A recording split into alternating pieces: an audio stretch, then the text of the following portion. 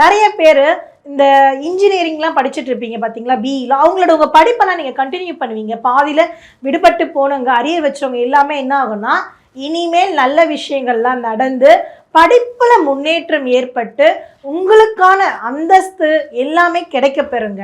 என்னங்க நீங்கள் அறிவுக்காரன், நீங்கள் புத்திக்காரன், நீங்கள் நாணக்காரங்க, நல்லா திறம்பட வருவாங்கன்னு சொன்னீங்களேங்க கும்பராசியை, திடீர்னு அரியர் வச்சுன்னா கிளியர் பண்ணுங்க அப்படின்னு சொல்கிறீங்க இல்லைங்களா? எல்லா திறமைகள் எல்லாமே இருந்தும் கை கெட்டினது வாய் கெட்டாமல் போயிடும். அது அவங்க அங்கீகரிக்கலை. அங்கீகரித்தா இன்னும் நிறைய மென்மேலும் சாதனைகளை படைத்து விஞ்ஞானம் என்ற அளவுக்கு எல்லாத்துலேயும் கொடி கட்டி பறக்கிற யோகா அமைப்போடு இருந்திருப்பாங்க.